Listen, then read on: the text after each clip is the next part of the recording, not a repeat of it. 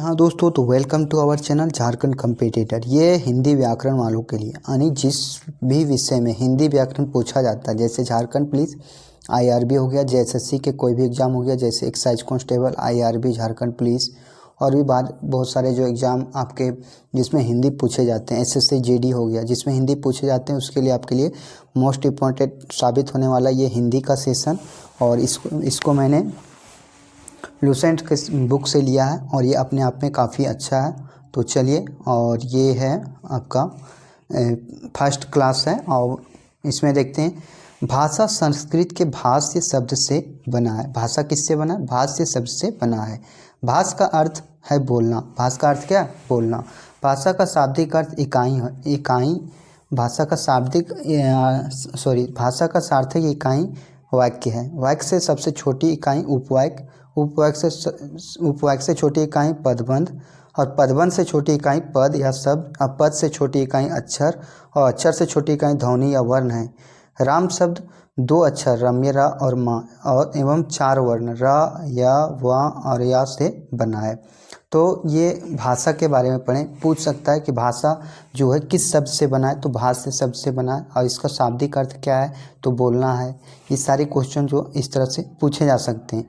अब आ जाता है वर्णमाला। जानते हैं वर्णमाला क्या है? ये मेरा पहला क्लास है। आपको वीडियो कैसा लगेगा आप ज़रूर बताएं, और स्पेशल ये झारखंड पुलिस के लिए, क्योंकि झारखंड पुलिस में आपके 50 क्वेश्चन पूछे जाएंगे और ये 50 क्वेश्चन आपके लिए मोस्ट इम्पॉर्टेंट होंगे। और अभी से आप यदि नहीं तैयारी करते हैं तो कहीं ना कहीं आप एग्ज़ाम के टाइम में जल्द से जल्दी रिवाइज नहीं कर पाइएगा और कहीं ना कहीं आप 1-2 नंबर से पीछे रह जाइएगा। तो वर्णमाला देखते हैं। अब वर्णमाला आ गया। वर्णमाला वर्ण, अब सबसे पहले जानते हैं वर्ण। भाषा की सबसे छोटी इकाई ध्वनि या वर्ण है। भाषा की सबसे छोटी इकाई क्या? ध्वनि या तो वर्ण है। ध्वनि वर्ण का उच्चारित या तो कथित रूप है वर्ण, और वर्ण और ध्वनि का लिखित रूप है। ध्वनि क्या है? लिखित रूप है, लेकिन यदि बोला जाए ध्वनि जो है वर्ण का उच्चारित रूप है, और वर्ण या तो ध्वनि जो है लिखित रूप है। अब देखते हैं वर्णमाला क्या है। वर्णों के व्यवस्थित समूह को वर्णमाला कहते हैं। कभी पूछता है कि वर्णों के सार्थक व्यवस्थित समूह को क्या कहते हैं? वर्णमाला कहते हैं। अब मानक हिंदी वर्णमाला में हिंदी उच्चारण के आधार पर 45 वर्ण है। कितने? 45 वर्ण, जिसमें 10 स्वर और 35 व्यंजन हैं। और लेखन के आधार पर 52 वर्ण हैं। कितने? 52। 13 स्वर, 35 व्यंजन और 4 संयुक्त व्यंजन हैं। अब देखते हैं स्वर कौन कौन से हैं, व्यंजन कौन कौन से हैं, और ये संयुक्त व्यंजन कितने कौन कौन से हैं। तो स्वर वर्ण हैं या, यम, या, हर्षही, दुर्गही, हर्षहु, दुर्गहु, री, ए, आय, ओ, आओ, अंग, आ। ये जो हैं 13, ये 13 हमारे स्वर हो गए। क्या हो गए? स्वर हो गए। और फिर व्यंजन हो गए। का वर्ग में का, खा, गा, घ, अंग आ जाता है। चा वर्ग में चा, छा, जा, ई आ जाता है। टा वर्ग में टा, ठा, डा, ढा, मूर्धना आ जाता है। और द्विगुण व्यंजन, ये पूछा जा सकता है कि द्विगुण व्यंजन कौन सा है, तो ड के नीचे बिंदु लगा रहता है और ढ के नीचे जो बिंदु लगता है वह द्विगुण व्यंजन है। ता वर्ग में ताता, दाधा, ना है। पा वर्ग में पापा, भवा, महा। अंतस्थ व्यंजन में ये है आपका अंतस्य, रा, ला, वा। तो कुल टोटल हमारे जो व्यंजन हैं, ये इसको मैंने देखा क वर्ग, च वर्ग, ट वर्ग, त वर्ग, प वर्ग, अंतस्थ व्यंजन, और उष्म व्यंजन और संयुक्त व्यंजन। उष्म व्यंजन में तालबसा, मूर्धनसा, धनसा और हा आ जाता है, और संयुक्त व्यंजन में छंजोगे छा, त्रा, अज्ञा और स्रा आ जाता है। यानी कुल टोटल मिलाकर व्यंजनों की संख्या 35 है और 4 गो संयुक्त व्यंजन है। कितने? 4 गो। अब देखिए कुछ जो अभी तक त्रुटियां दी गई थी, अभी तक जो बातें की गई थी, विदेश से आगत गृहीत ध्वनियाँ, जो विदेशों से आई हुई ध्वनियाँ हैं और जिसका उपयोग हम लोग करते हैं। जैसे अरबी फारसी में आ, का, खा, ग, ज, फ का प्रयोग हम अब कम करने लगे हैं, लेकिन पहले क्या होता था? हाँ, इसका प्रयोग हम ज़्यादा करते थे। अंग्रेजी में अर्धचंद्र बिंदु वाले शब्द, जैसे ऑफिस, अभी भी हम ऑफिस का यूज करते हैं। कॉफ़ी, मुझे कॉफ़ी चाहिए, ये क्या अंग्रेजी शब्द हो गया आपके लिए। कॉल, कॉलेज, डॉक्टर, बॉल, पास, माल, लॉ, साल, हट आदि, ये सब जो अंग्रेजी शब्द हो गए। अब नोट में देखते हैं वर्णों की गणना 2 आधार पर की जाती है, उच्चारण व लेखन के आधार पर। उच्चारण के आधार पर की गई वर्ण गणना को ज़्यादा उपयुक्त माना जाता है। जो उच्चारण के आधार पर किया जाता है तो वर्ण की गणना जो है वह ज़्यादा उपयुक्त मानी जाती है। और उच्चारण के आधार पर हिंदी में वर्णों की कुल संख्या 47 है। कितनी है? हिंदी में वर्णों की कुल संख्या 47 है, जिसमें 10 स्वर और 37 व्यंजन हैं। 35 हिंदी के मूल व्यंजन, जिसमें दो हैं आगत व्यंजन, दो क्या आगत व्यंजन है। संयोगी छ, त्र, अज्ञा और स्र एकल व्यंजन नहीं है, ये संयुक्त व्यंजन है। क्या है ये? एकल व्यंजन नहीं है, ये संयुक्त व्यंजन है। लेखन के आधार पर हिंदी में वर्णों की कुल संख्या 59 है और इसमें सभी पूर्ण वर्णों को शामिल किया जाता है। और इसमें क्या किया जाता है? सभी पूर्ण वर्णों को शामिल किया जाता है जो लेखन या मुद्रण में प्रयोग में आते हैं, जो लेखन और मुद्रण में क्या आते हैं? प्रयोग में आते हैं। अब देखिए हम स्वर वर्ण को पढ़ेंगे, स्वर वर्ण को जानेंगे और स्वर वर्ण क्या है, क्यों क्या है, इसके कैसे कैसे क्वेश्चन पूछे जाएंगे उसके बारे में जानेंगे। तो वीडियो पे होंगे तो वीडियो को लाइक कीजिएगा, शेयर कीजिएगा और सब्सक्राइब कीजिएगा। वीडियो कैसा लगा कमेंट बॉक्स में जरूर लिखिएगा। स्वतंत्र रूप से बोले जाने वाले वर्ण को स्वर कहते हैं। जैसे परंपरागत रूप से इनकी संख्या 13 मानी गई है और उच्चारण की दृष्टि से केवल 10 है। उच्चारण की दृष्टि से यदि बोला जाए तो इसकी संख्या 10 ही है। कितनी? 10 है स्वर वर्ण की संख्या। लेकिन यदि इसकी संख्या माना जाए परंपरागत रूप से तो 13 है। जैसे या, हर्षही, दीर्घही, हर्षहु, दुर्गहु, ए, आय, ओ, आओ, ये सारी जो है स्वर वर्ण है। अब स्वरों का वर्गीकरण जैसे मात्रा या उच्चारण काल के आधार पर 3 गुण हैं। कितने? 3 भेद हैं। स्वरों के 3 भेद हैं। पहला ह्रस्व, जिनके उच्चारण में कम समय यानी एक मात्रा का समय लगे उसे कहते हैं ह्रस्व। जैसे या, ई और वो, ये हमारा क्या? ह्रस्व। दीर्घ स्वर, जिनके उच्चारण में ह्रस्व स्वर से अधिक समय यानी 2 मात्रा का समय लगता है उसे क्या कहते हैं? दीर्घ स्वर कहते हैं। जैसे हम या, दीर्घही, हर्षहु, ए, आय, ओ, आओ और या, ये हमारा क्या हो गया? दीर्घ स्वर हो गया।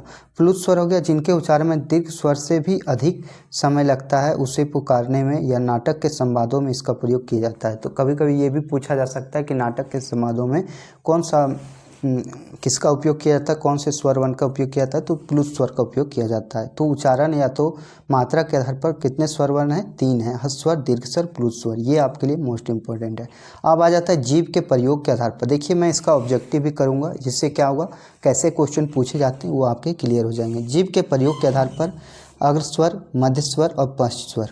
जीभ के प्रयोग के आधार पर जिन स्वरों के उच्चारण में जीभ का अग्रभाग काम करता है उसे अग्र स्वर कहते हैं। जैसे या, ई, दीर्घही, ए, आय, ये हमारा क्या? अग्र स्वर हो गया। मध्य स्वर, जिन स्वरों के उच्चारण में जीभ का मध्य भाग काम करता है।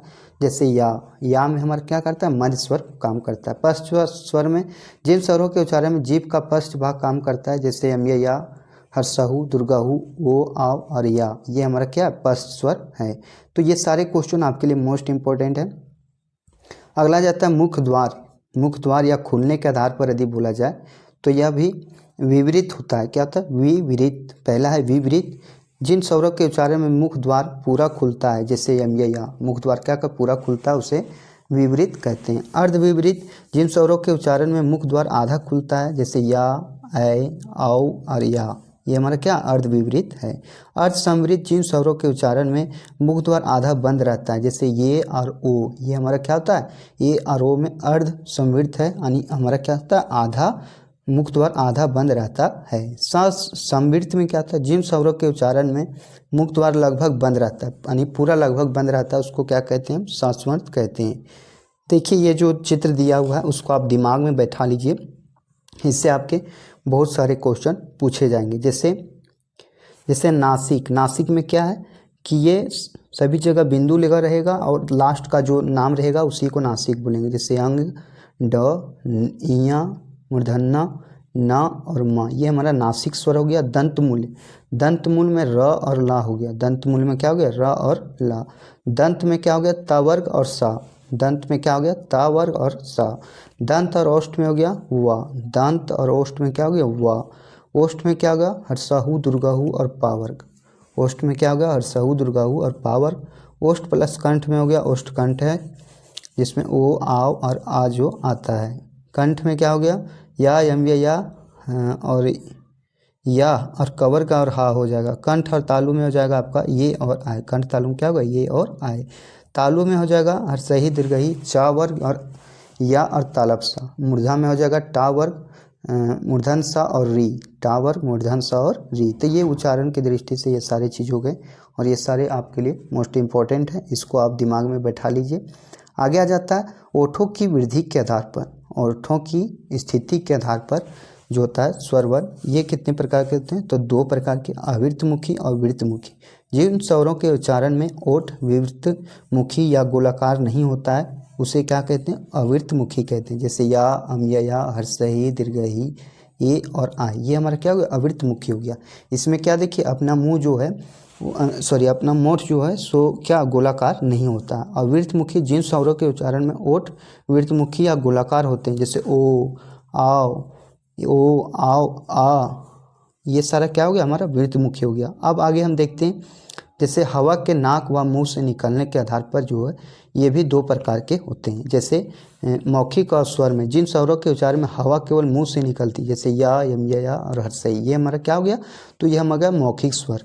और अनुनासिक स्वर जिन स्वरों के उच्चारण में हवा मुंह के साथ साथ नाक से भी निकलती है, जैसे यंग, अम्यया, इया, ये सब क्या हो गया, हमारा अनुनासिक स्वर हो गया। जिस पर चंद्र बिंदु लगा रहे उसे आप अनुनासिक स्वर मानिएगा। अब घोषत्व के आधार पर, घोष के आधार पर स्वर तंत्रियों में श्वास का कंपन, स्वर तंत्री में जो कंपन होता है सघोष ध्वनियाँ उत्पन्न होती है। सभी स्वर सघोष ध्वनियाँ, कभी पूछ ले कि स्वर जो है सो क्या है, तो सघोष ध्वनियाँ हैं। स्वर क्या है, सघोष ध्वनियाँ हैं। अगला आ जाता है प्राणत्व के आधार पर। प्राणत्व के आधार पर प्राण का अर्थ है हवा, प्राण का अर्थ क्या, हवा। सभी स्वर अल्प प्राण होते हैं, यानी उनके उच्चारण में मुख से कम हवा निकलती है। सभी स्वर क्या होते हैं, अल्प प्राण होते हैं और इसमें क्या होता है, सभी मतलब बहुत कम ही आवाज़ निकलता है। अगला आ जाता है, अब देखिए ये सारे क्वेश्चन को हमने पढ़ लिया डिस्क्रिप्टिव टाइप में। अब इसका हम ऑब्जेक्टिव लगाएंगे। जैसे पहला है भाषा की सबसे छोटी इकाई क्या है, तो पढ़ें शब्द है, व्यंजन है, स्वर है या वर्ण है। तो भाषा की सबसे छोटी इकाई क्या थी, वर्ण थी। क्या थी, वर्ण थी। आप कहते हैं वर्णमाला कहते हैं तो शब्द समूह को, वर्णों के संकलन को, या फिर शब्द गणना को, या वर्णों के व्यवस्थित समूह को। तो वर्णों के व्यवस्थित समूह को हम क्या कहते हैं, तो वर्णमाला कहते हैं। वर्णों के व्यवस्थित समूह को क्या कहते हैं, वर्णमाला। निम्न से कंठ ध्वनियाँ कौन सी हैं, तो कंठ कौन सा है, क, ख, अंतस्य, रा, सी है चा और जा, और डी है टा और मूर्धन्य। तो कौन सा है, तो ये का और खा जो है हमारा कंठ है। क्या है, कंठ से हमारा इसका ध्वनियाँ कौन सी, ये है। अगला आ जाता है स्थान के आधार पर बताइए कि मूर्धन्य व्यंजन कौन सा है। तो मूर्धन्य कौन सा है, तो गा, घा, जा, झा, ड और ढा, किया, पा और फा। तो ये ड और ढा जो हमारा, ये हमारा मूर्धन्य व्यंजन है। ड और ढा क्या मूर्धन्य व्यंजन है। निम्न में से अल्प प्राण कौन से हैं, अल्प प्राण कौन से हैं, तो छ और झा, क और गा, था और धा, फा और भा। तो अल्प प्राण कौन से हैं, तो क और गा जो हमारे क्या है, अल्प प्राण है। क और गा क्या है, अल्प प्राण हैं। तो ये सारे जो हैं आपके लिए मोस्ट इम्पोर्टेंट हो जाते हैं। और अल्पप्राण महाप्राण के बारे में आपको अगले क्लास में पढ़ाऊंगा, लेकिन एक क्वेश्चन आ गया था इसीलिए आपसे डिस्कस कर दिए। अगला आ जाता है निम्न में से नासिक के व्यंजन कौन सा है, तो मूर्धन सा, इया, गा और जा। तो ये क्या, इया, इया जो हमारा क्या नासिक स्वर है, नासिक व्यंजन है। अगला जाता है ये आय वर्ण क्या कहलाते हैं, ये आय वर्ण जो है क्या कहलाते हैं, तो नासिक के कहलाते हैं, मूर्धन्य कहलाते हैं, ओष्ठ कहलाते हैं, या कंठ तालव्य कहलाते हैं। तो ये कंठ तालव्य कहलाते हैं, क्या कहलाते हैं, कंठ तालव्य कहलाते हैं। चलिए आगे आ जाता है क्वेश्चन नंबर 8। हिंदी वर्णमाला में अयोग्यवाह वर्ण कौन से हैं। अयोग्यवाह में कौन कौन आता है, या, अम्यया, हर्षही, दीर्घही, हर्षऊ, दुर्गाहु, अंग और यह। तो कौन सा आएगा ये बताना आपको। तो यंग और यह जो है ये हमारा अयोग्यवाह में आ जाता है। कौन सा, अयोग्यवाह में आ जाता है।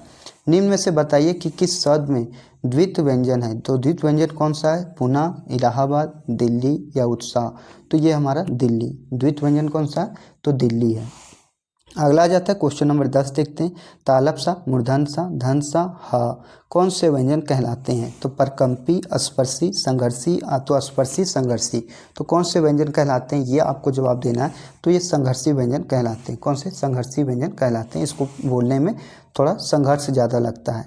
चलिए आगे देखते हैं क्वेश्चन नंबर 11। थोड़ा ये चैप्टर पूरा कंप्लीट करना था, लेकिन व्यंजन मैंने बताया है तो व्यंजन को भी मैं अगले पार्ट में करवा दूंगा। और व्यंजन को करवा के, और इसमें बहुत सारे क्वेश्चन हैं ऑब्जेक्टिव के, 45 क्वेश्चन हैं, तो उसको मैं भी पूरा कराऊंगा। निम्नांकित में से बताइए कि नवीन विकसित ध्वनियाँ कौन सी है। खा और घा, हर्षहु, दुर्गाहु, ए और औ, तालपसा और धनसा। तो कौन सा है ये आपको बताना है। तो खा और गा जो है क्या है, नवीन विकसित ध्वनियाँ हैं। निम्न में से कौन सा घोष वर्ण है। तो घोष वर्ण कौन सा है, ख, च, म और ढ। तो घोष वर्ण कौन सा है, तो ये है हमारा म। कौन सा है, म है। चलिए आगे देखते हैं कौन सा अमानक वर्ण है। अमानक वर्ण कौन सा है ये आपको बताना है। ख, ध, झ और भ। तो कौन सा मानक वर्ण है, तो ये हमारा झ है। क्या है? झ हमारा मानक वर्ण है, अमानक वर्ण है सॉरी। क, ग, ज और फ ध्वनियाँ किसकी हैं, तो संस्कृत की, अरबी फारसी की, अंग्रेजी की, दक्षिणी भाषा की। तो किसकी है ये आपको बताना। तो ये अरबी फारसी वाला हम बताए थे कि नीचे क्या, नीचे बिंदु लगा रहेगा। क्या लगा रहेगा? बिंदु लगा रहेगा। तो उसी को हम क्या कहेंगे? अरबी फारसी ध्वनि। हिंदी में मूलतः वर्णों की संख्या कितनी है? यदि पूछेगा कोई मूलतः वर्णों की संख्या कितनी है, तो आपको कितने टिक करना है? 50, 51, 52 या 53। तो 52। देखिए वो काफ़ी पुराना और आपके लिए मोस्ट इम्पोर्टेंट है। तो ये 52 है। कितने वर्णों की संख्या? 52 है। तो यहाँ तक आ गए हैं। और जो झारखंड पुलिस का सिलेबस के बारे में नहीं जान रहे, वो हमारा पहला वीडियो आप ज़रूर देखिएगा। उसमें हम झारखंड पुलिस के सिलेबस के बारे में डिटेल बताएं। और अगला ये है। आपके लिए बहुत बहुत धन्यवाद। और मोटिवेशनल थॉट है कि नज़र को बदलो तो नज़ारे बदल जाते हैं, सोच को बदलो तो सितारे बदल जाते हैं, कश्तियाँ बदलने की ज़रूरत नहीं, दिशाओं को बदलो तो किनारे खुद ब खुद बदल जाते हैं। जी हाँ दोस्तों, आपको केवल नज़र को बदलना है। और आपको झारखंड पुलिस में तो जिसमें हिंदी पूछा जाता है, आप हिंदी की तैयारी अच्छे से करना चाहते हैं तो चैनल को लाइक कीजिए, शेयर कीजिए और इसी तरह से छोटे छोटे कंटेंट को आप एंजॉय करके पढ़ा कीजिए। बहुत बहुत धन्यवाद। जय हिंद, जय भारत, जय झारखंड, जोहार झारखंड।